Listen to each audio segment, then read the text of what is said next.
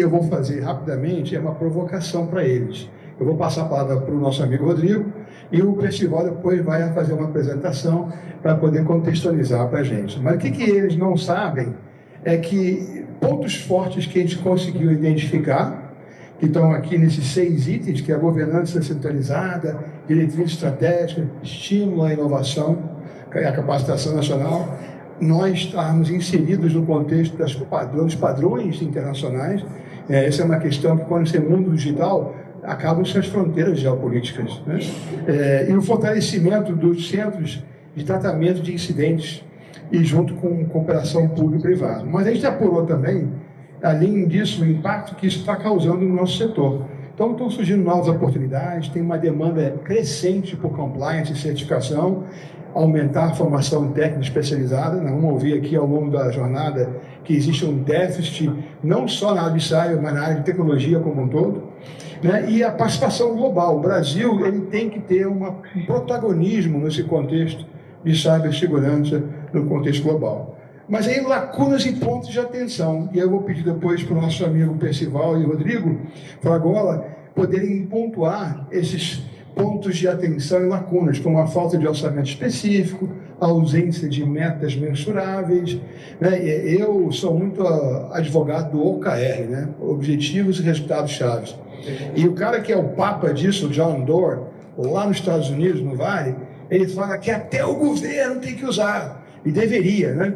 Mas é complexo, mas a gente não pode operar fora de metas. Tem que ter meta específica, bem identificada. A gente percebeu que tem uma baixa integração entre estados e municípios, então existem disparidades grandes que precisam ser resolvidas.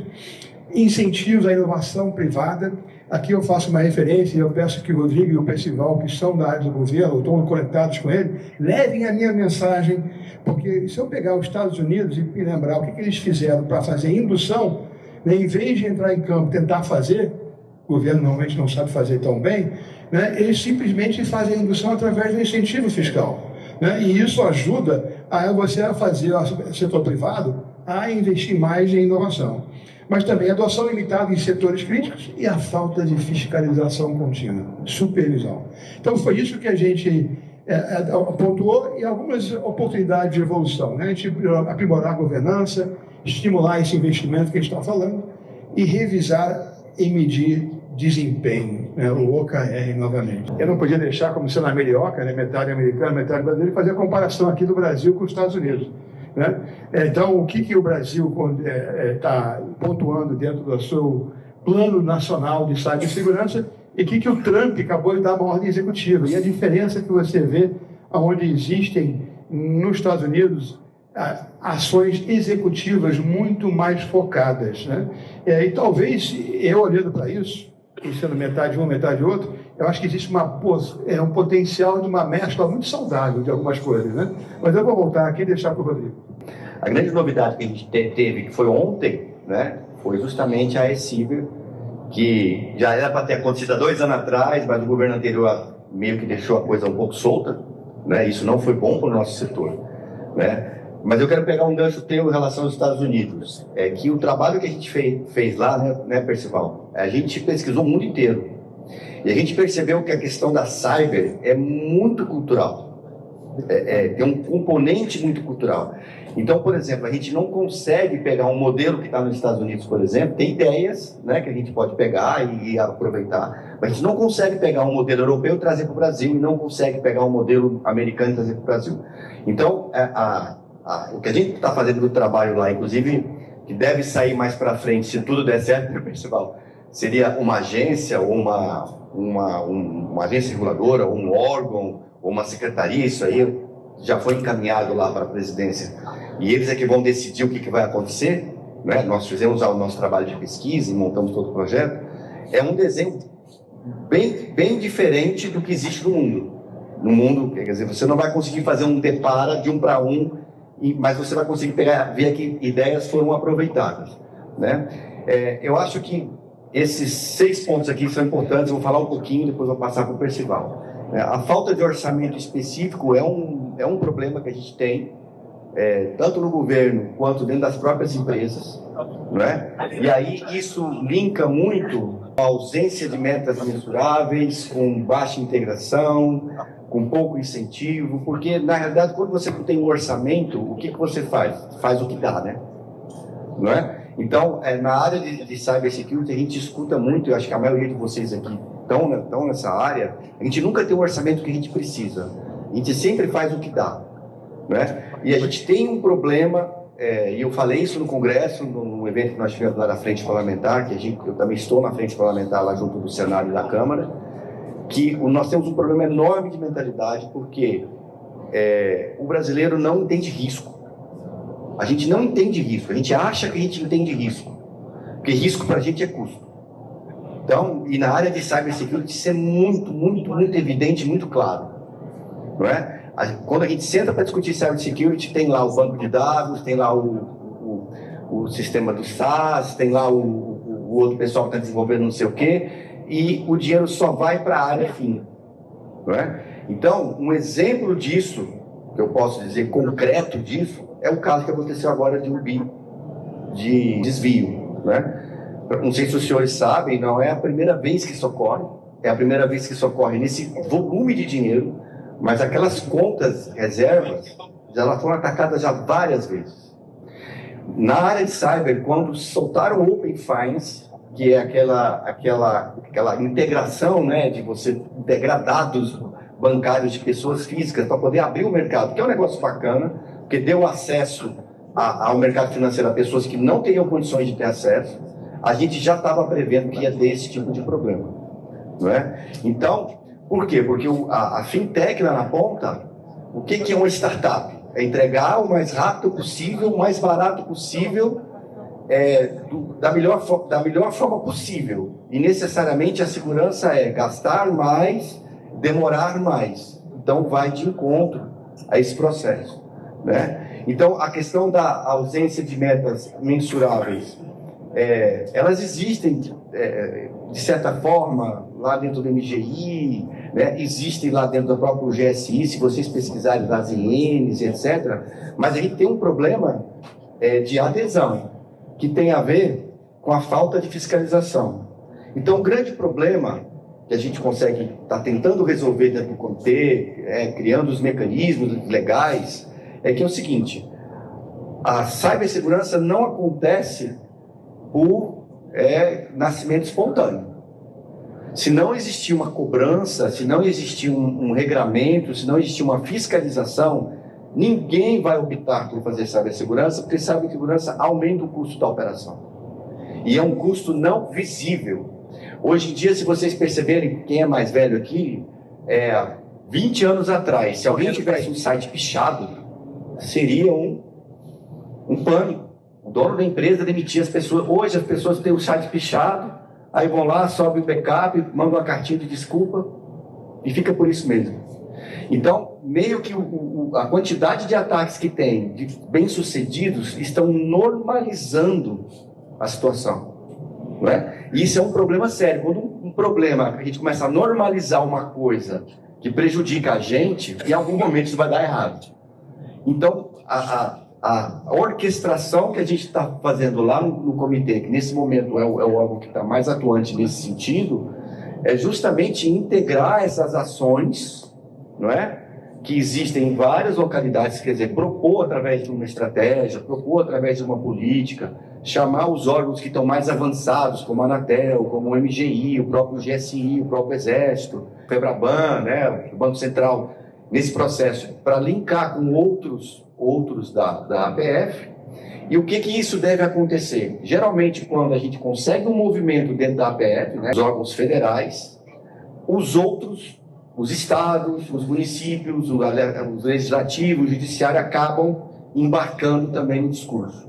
Então, por isso que é importante nós, como profissionais, estarmos atentos a esses movimentos que estão acontecendo lá dentro do CNCIB, porque eles vão disparar muitas coisas daqui para os próximos 3 anos. Estou aqui em razão do CGI-BR, eu sou conselheiro do CGI. O CGI, muita gente conhece aqui, foi criado em 95, reformado em 2003. Né? Nós somos um conselho multissetorial. Ele é uma referência para o mundo, né? O primeiro conselho multissetorial, colocado nesse ambiente de internet. Havia, obviamente, uma ideia que era o ethos libertário da Califórnia, excessivamente liberal, porque naquela época a gente acreditava que a internet tinha vindo para dar voz a todo mundo. Todas as pessoas podiam entrar na internet e escrever alguma coisa, seria livre, não seria atacada, seria o grande espaço da democracia. Não gostavam de governo. Obviamente a internet ela tinha também o ethos do movimento hippie, da aversão, na cabeça a Guerra Fria, a Guerra do Vietnã. Então as pessoas, o governo era retratado pelo Oz como no 1984, né, como o Big Brother, o grande irmão. Então os computadores viam isso, daí que nasceu a microcomputação, porque fazer alguma coisa que a própria pessoa usasse, que você usasse, então, é muito mais focado na pessoa. E aí, a grande ideia que a gente tinha é que a praça pública digital era onde qualquer um chegasse lá, falasse, fosse livre, não sofresse ataque, ele podia falar em todos os livros. O que a gente não percebeu é que 20 anos depois, todo mundo pode falar, mas as Big Techs determinam quem será ouvido. Os atacantes de malware determinam quem permanece na internet ou quem toma grande prejuízo. Então, daí, nós agora repensamos. Obviamente que uma estratégia nacional de cibersegurança, esse decreto é extremamente recente, dia 4, né, publicado dia 5, né, ele é estruturado de uma forma bem interessante.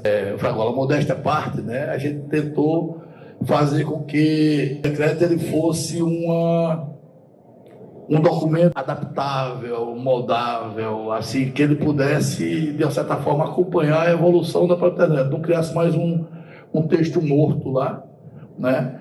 Tanto que essa estratégia ela não tem uma data final, é uma estratégia que ela começa em 2025 e pode ser adaptada, ou seja, ele é estruturado em partes. Você tem um preâmbulo que define a autoridade, define o contexto legal, tem as considerações, justificativa porque disso, 15 artigos normativos e tem um anexo com 40 ações. Também vou falar desse anexo porque é uma das diferenciais que agora a gente colocou pontos reais, né? Pontos mensuráveis, ou seja, você pode ter indicadores de sucesso ou você persegue uma meta. Aquilo que você não tinha, passou a ter a partir do decreto.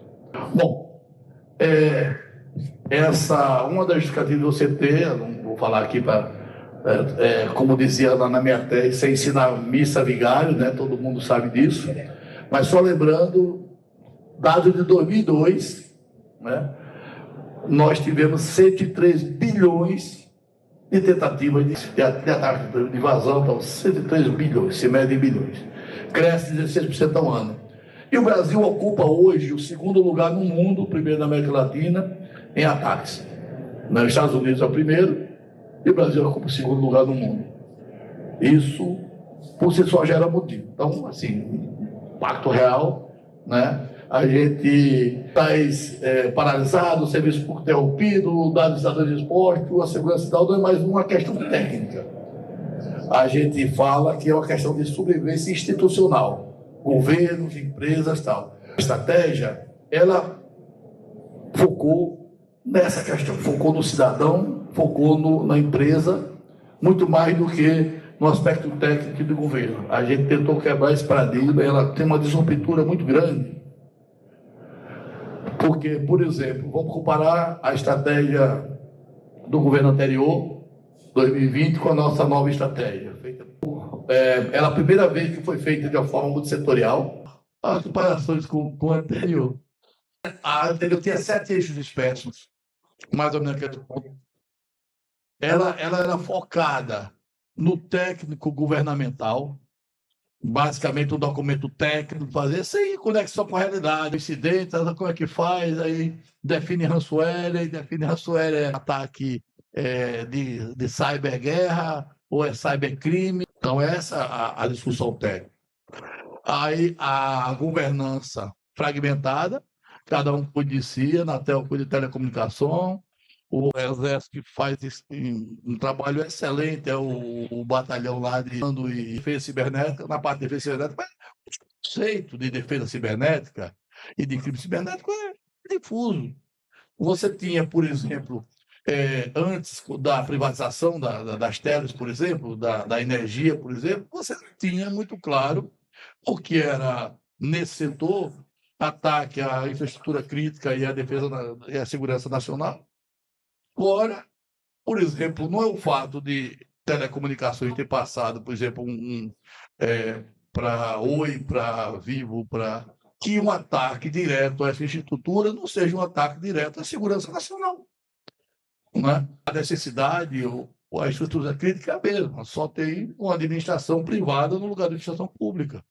Mas aí você tem que resolver. Quando era pública, quer dizer, não, se foi do governo federal, Polícia Federal. Não foi. Agora não dá para tratar um ataque a uma Oi, porque não é pública, sem ser com o maior rigor possível, com a maior brevidade, porque a necessidade é, aliás, muito pior. Naquela época, você ia ter problema nas ligações telefônicas analógicas.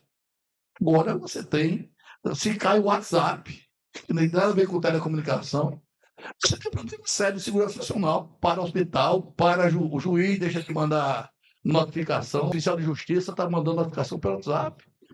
Né? Isso é complicado isso. Mas, bom, e aquelas métricas que eram ausentes no anterior, passamos a ter 40 ações mensuráveis. Quem acompanha? A estratégia era prever, a gente vai falar disso aí. A estratégia era prever um plano, tá? E aí envolve a sociedade toda. Por exemplo, o plano ele é revisável, mas o acompanhamento ele é feito na ação. É por isso que as ações não estão na estratégia, tem um anexo e vai ter um documento novo que é o plano de ação. E aí é um problema. Isso envolve orçamento. Está sendo discutido com cada ministério, com o setor privado, que é sempre colocar aí, o cara diz, não tem orçamento, está tendo orçamento, e vai se ter. Eu queria trazer uma palavra mágica que o Fragola trouxe, chamada cultura. Sim, vamos lá. Esse governo, quer dizer, essas implementações todas, não tem a cultura do cyber e muito menos do acompanhamento mensurável. Tá. Aí o que acontece? Ao invés de você ter 7 difusos técnicos, a gente reduziu para 4 eixos que diz exatamente o primeiro: proteção e conscientização. Foco inclusive em grupos vulneráveis, crianças, idosos, tal, você está tirando do centro para começar lá pelas pessoas. Quem é que é mais atingido tal por golpe, phishing no Brasil? Então a gente está preocupado com os 3 bilhões que a empresa de controle do Pix tomou de fora, né? Se é por culpa dela que não se organizou no começo lá, se é porque fez sozinha, não envolveu um ecossistema maior, porque dava muito dinheiro, dava sozinha, mas está lá. Agora, eu me preocupo são com os milhões de aposentados que recebem golpe de phishing, cai e fica sem fazer a feira no final do mês. E aí, o Percival, a diferença dessa estratégia para a próxima é que o foco está na ponta, né? De quem sofre o problema. Então, o que é interessante? Na estratégia anterior, era basicamente falar de tecnologia. Aqui não se fala de tecnologia, porque qual a tecnologia que vamos utilizar para resolver esses 4 pilares? A que for necessária. É a que for necessária. A que for interessante da época. Respondendo à pergunta do Robert em relação ao plano de ação, nesse momento tem um GT fazendo a coleta de todos os planos de ação fragmentados, porque hoje, o que é o grande problema nosso hoje no Brasil? Não existe uma coordenação efetiva do ponto de vista da cibersegurança no Brasil hoje. Você tem os bancos cuidando do problema deles, a Petrobras do dela, a minha empresa da minha, só que você pega, por exemplo, ransomware é um problema de segurança internacional. Ele é transnacional. Não existe ataque de ransomware nacional. Não existe isso. Por quê? Porque sempre o atacante utiliza gateways externos e aí você cai numa burocracia. E a gente criou junto com a OEA, estamos num outro GT O GT cuidando disso. cuidando disso. Essas coisas elas só vão começar a ser mais visíveis, Robert, para a população, quando a gente passar a ter um órgão qualquer onde você centralize isso. Só para vocês terem uma ideia, se a gente tem um problema de cibersegurança hoje no Brasil, o estrangeiro não sabe para quem liga. Ele não sabe se liga para a presidência, ele não sabe se liga para a operadora, ele não sabe se liga para a empresa. Não existe um local onde você consiga fazer um acionamento que garanta que aquele acionamento seu é um acionamento que vai resolver. Então, por exemplo, eu que mexo com segurança há 28 anos, é normal. Eu atendi um caso recentemente financeiro que tinha 3 agentes financeiros trabalhando, né, em cooperação e teve um problema de segurança. E era um apontando o dedo para o outro. Então, Né? mas, voltando aos pilares, então, o primeiro basicamente é esse, você foca na ponta, ou seja, quando você foca na ponta, você já tem, inclusive, como medir, porque você mede o resultado na ponta. Todo mundo diminui o número de pessoas que sofrem golpe, está dando resultado. Né? A infraestrutura crítica, obviamente, não devia deixar de ser, então está considerado aqui segurança emergencial, saúde, energia e finanças, por exemplo. Né? Então, tem um olhar para isso. Teve uma ampliação do... E aí o seguinte, o terceiro, que seria cooperação multissetorial. Por que eu vou falar de energia, de finanças, né? Se energia e finanças, por exemplo, ou de saúde, se eu só estou dentro do governo, se esse serviço eles foram privatizados, eles estão em esfera privada, por exemplo. Então, eu preciso ter lá, nós temos lá no setor a Febraban, tem o pessoal ligado à energia, por exemplo, a gente discutiu, dentro da estratégia, criou um novo jeito, que é o regulador setorial, né? Então, assim, através da regulação, através da Anatel, da ANEEL, a gente envolve essa cadeia. E, por último, a grande inovação que a gente colocou, e aí essa deu um certo problema de discutir, primeiro de compreensão tal, soberania nacional. Nós colocamos como estratégia, parecia óbvio, mas teve órgão de governo que disse que não se sentia confortável com essa palavra aqui. O pessoal da iniciativa privada tinha dificuldade com relação à soberania de dados. Qual era a dificuldade da pessoal da iniciativa privada?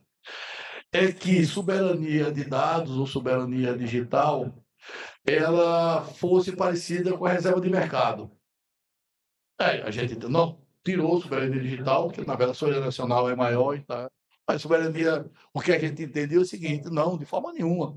Não é ele não quer que não se use mais software estrangeiro, não quer, até porque não pode, você precisa usar. Mas nós precisamos encaminhar para preferencialmente ser nacional, para ter uma certificação nacional para estrangeiro, mas tem que ter o nosso limite. É estrangeiro, mas não pode ter backdoor. Entendeu? Isso não é que você tem que usar tudo nacional, mas você precisa, primeiro, estimular e garantir que se tenha uma reserva de mercado. Mas, preferencialmente, eu quero usar nacional, não está em lugar nenhum que eu não tenho competência de fazer.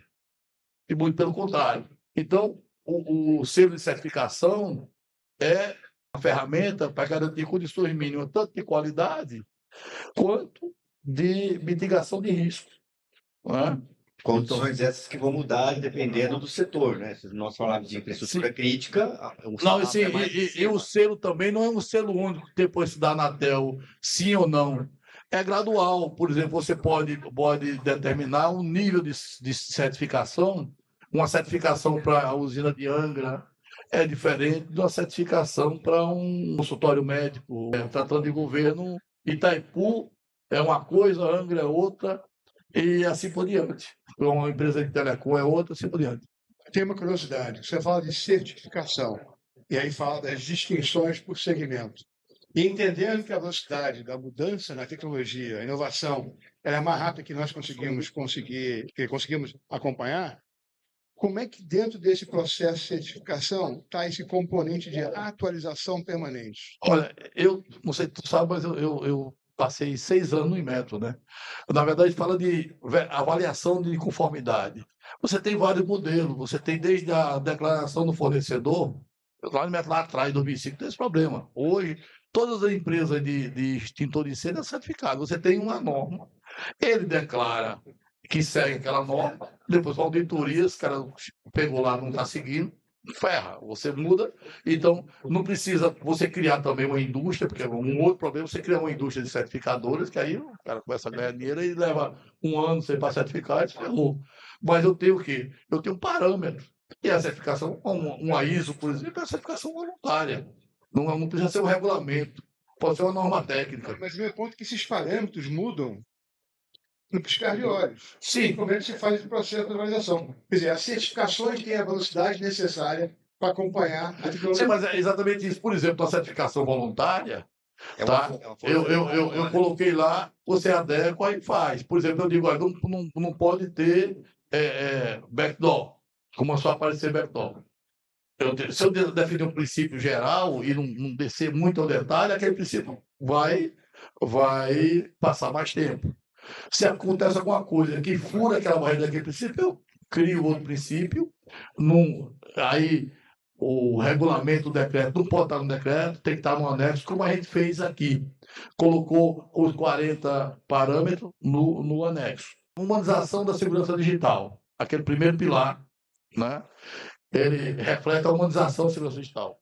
Como a gente está voltando lá, ele é proteção e conscientização. Então, está escrito no artigo 4 do decreto, proteção e conscientização. Traduzindo isso aqui, é a humanização da segurança digital. Educação digital desde a infância, escola pública, programa específico para a inclusão de idosos, interface adaptada para prisioneiros divergentes, capacitação comunitária de centro de bairro, por exemplo. Tá?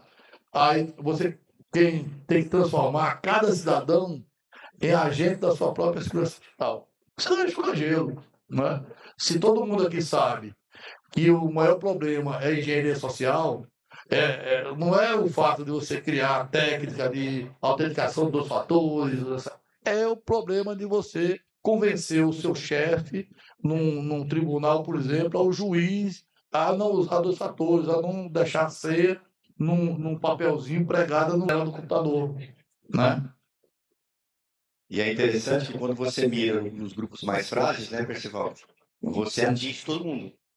Você consegue atingir os mais frágeis, automaticamente você atinge o resto. O segundo pilar, que trata de infraestrutura crítica, né, aí é blindando o sistema nervoso digital. A estrutura crítica, telecomunicações, energia, finanças, é o sistema nervoso digital. Então, certificação obrigatória para setores críticos, viu? E a gente fala certificação, que como muda e tal, mas é obrigatório em setores críticos. Tem que ter. Alguns outros setores pode ter só voluntário, tá? Aqui é obrigatório, é compulsória. Plano de contingência mandatórios. Por exemplo, não se admite que uma Itaipu não tenha um plano de contingência para ataque de ransomware, por exemplo. Não é?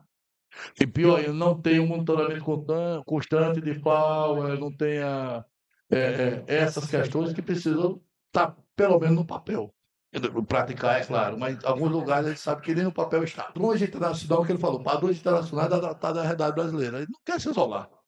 A gente quer pegar a melhor prática internacional e adaptar à realidade brasileira. E aí que entra, inclusive, as empresas nacionais. Por exemplo, eu lembro da Light Focon na época lá, e da Itautec, que ambas desenvolveram processador de texto. Não criou nada novo, desenvolveu muito parecido com o que existia, onde está e tal. Só que no Brasil, como tinha acento, as empresas desenvolveram e acrescentaram o seguinte: os acentos da língua portuguesa no processador de texto. Não criou nada diferente, não. Toda vez que você botava um acento no teclado, a gente colocava um comando lá de carro e retorno de carro e imprimiu o acento por cima da impressora. Funcionava, né? Quem lembra dessa história aí? Então, auditorias regulares e fiscalização ativa, né? Tudo aquilo que a gente estava colocando como no ano anterior de certa forma, a gente contempla da estratégia, né? Aí, os setores aqui, finanças, transporte, saúde, energia, por exemplo. Né? 3, quebramos os silos institucionais. O maior problema, hoje, um dos maiores problemas, é a dispersão entre vários órgãos. Cada um tem os seus dados, não compartilha, com isso você não evolui, com isso você não adapta, tal. Então, o CNCIB, por exemplo, é um exemplo disso, apesar de não ser executivo, mas essa estratégia já é um exemplo de que quando você junta todo mundo, sai pelo menos um caminho na mesma direção. Né? O CNCIB tem 16 órgãos ambientais, 3 entidades de direito digital, 3 instituições científicas e 3 organizações empresariais. Pergunta, Percival. Então, num slide anterior, se detectou que havia pouca conexão com o setor empresarial. E aqui só tem 3 organizações. Então, não seria a gente ter mais amplitude no alcance com outras organizações empresariais? Trabalhar com o governo é complicado, porque o governo ele reclama também, como ele também é disperso, ele reclama também que está subrepresentado. Você tem o Ministério da Saúde, eu falei de saúde, o Ministério da Saúde não está lá, né? Não está lá, né? Aí eu acho que uma forma que se encaminhou isso provavelmente deve começar a ter conselhos, devia ter conselhos, tanto do ponto de vista federativo, nos estados, nos municípios e tal, e nacionais, setoriais. Ou seja, discutir, o pessoal de telecomunicação tem um conselho junto com a Anatel para organizar essas questões setoriais e tal, entendeu? Eu acho que, por exemplo, diferente do CGI, por exemplo, né? O CGI tem menos governo e mais sociedade civil. Então, empresarial lá são 4 do terceiro setor, 4 da academia e 9 de governo. Daria para ampliar a participação se quebrassem vários conselhos. Não, aqui o que eu estou pensando agora, como a gente encaminhou que algumas coisas vão ser resolvidas do ponto de vista setorial, então você vai ter um governo que é a Anatel e sociedade civil no resto. Mas duvido que ele vai pegar, chamar os mesmos de governo. E, no fundo, nós somos um conselho consultivo. Você cria a melhor estrutura lá, tem que negociar com a Casa Civil. O 4º pilar é soberania nacional de certificação, certo? Produção tecnológica nacional, produto de segurança, formação massiva, pesquisa e inovação. E aí, tem alguns detalhes que vocês leram a estratégia que já encaminha diretamente para isso. Por exemplo, tanto o fomento para a empresa, no sentido para quem vai produzir, para quem vai vender, para quem vai atender as empresas, quanto propondo linha de crédito, seguro, tal, para que ela se organize. Então, ali uma empresa, por exemplo, você diz, olha, se organiza, ela não tem dinheiro, não tem como contratar consultor, não tem como contratar software e tal. Então, linha de crédito não para as fábricas, para esse soft house, para o consumidor final que possa contratar esse pessoal, que inclusive a gente acha que ainda é em pequena quantidade e também tem fomento para formação, para além daquela capacitação nas escolas, a formação de nível superior, patrulhamento de cérebros, discutiu-se um monte de coisa que essas coisas vão estar mais detalhadas nos programas e tal. Por exemplo, esse negócio do fomento vai estar lá no MCTI, que tem a FINEP, que tem tanto para financiar empresas quanto para a indústria, via alguma coisa nesse sentido, de alguma linha de financiamento, tal, a juro baixo, para que isso realmente aconteça. Né? A inversão de centro. Nós temos como protagonistas o tempo todo governo, Polícia Federal, Exército. Agora são os novos protagonistas, os atores que passam a ser centrais na defesa nacional. Professor de informática como agente de segurança nacional, institutos e Universidade Federal na linha de frente, Ministério da Educação, Ciência e Tecnologia com papel estratégico, não tinha papel estratégico nessa época. A democracia profunda do conceito de segurança. E deixar o professor que está na sala de aula fazer o papel. Porque, primeiro, Você consegue, é muita gente. Então tem que ser toda a sociedade. Então, essa é a inversão do centro, né? Não é mais o hacker, não é mais você contratar um cara para resolver todas as questões. Aliás, essa premissa, o cara, como não quer gastar muito dinheiro, ele vai contratar alguém e diz, olha, tu é responsável, acontecer qualquer coisa, é tu. Qualquer coisa se der errado, tu manda embora. Aí traz outro, vai começar de novo e isso vai fazer a mesma coisa. Bom, vamos lá para caminhar para o final. Aí a questão da autorreferência e da falta de modéstia, né? O Brasil passou a estar na vanguarda global. A comparação, por exemplo, a nova estratégia dos Estados Unidos, o que é que fez? Foi revolucionário, tá? E aí, Henrique? Bom dia. Foi revolucionário quando estava tão aberto assim que cada um era responsável pela sua própria segurança. Ele responsabilizou diretamente no act da Cyber as Big Techs, diferente do Brasil, né? Então lá elas são responsáveis por cibersegurança lá. Qualquer coisa que acontecer com cibersegurança, responsabiliza diretamente as Big Techs, né? A União Europeia tem um problema de harmonização regulatória, que aí são 27 países para regularizar, ainda estão naquela primeira parte. E o Brasil colocou no centro da estratégia a soberania nacional e a inclusão social.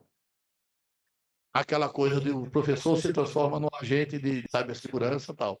Então, assim, é os vulneráveis no centro e a autonomia tecnológica. Né? Então, assim, quanto mais autonomia se consegue da tecnologia, é diferente isso não quer dizer que a gente vai reinventar a reserva de mercado. Estou falando de autonomia até para comprar um software estrangeiro. Vem, mas tem que vir sobre nossa demanda. Quer dizer, eu estou comprando. E, de preferência, compro nacional. Se tiver que comprar estrangeiro, eu tenho que dizer a ele o que é. Isso vai estar nos parâmetros de certificação, nos exigências e tal. Né? Desafios para implementação. Orçamentário, está lá no artigo 11, combater com a institucional, estrutura de governança, conseguiu colocar, por mais que a gente dissesse tudo que imediatamente sugeria que tinha que ter uma agência, foi cortado, porque é um problema de compromisso, mas a gente acha que isso não funciona sem ter uma autoridade centralizada, não pode ser a Anatel, não pode ser a ANEEL, até porque entidades que pensam de forma analógica não têm espaço na regulação digital, da regulação algorítmica, na nova regulação. Tem que pensar de outra forma. Esse modelo de estratégia que a gente fez, dividido em 4 modos, ela é adaptável, ela é mutável, ela tenta caminhar para a especialidade. Então, você não pode pensar analogicamente para regular digital. Tem 180 dias para o início, e o monitoramento vai fazer tudo que você colocou aqui. Como é que vai ter monitorar os indicadores de métrica? Ela está mais fácil do que a anterior, porque a anterior não tinha nem meta.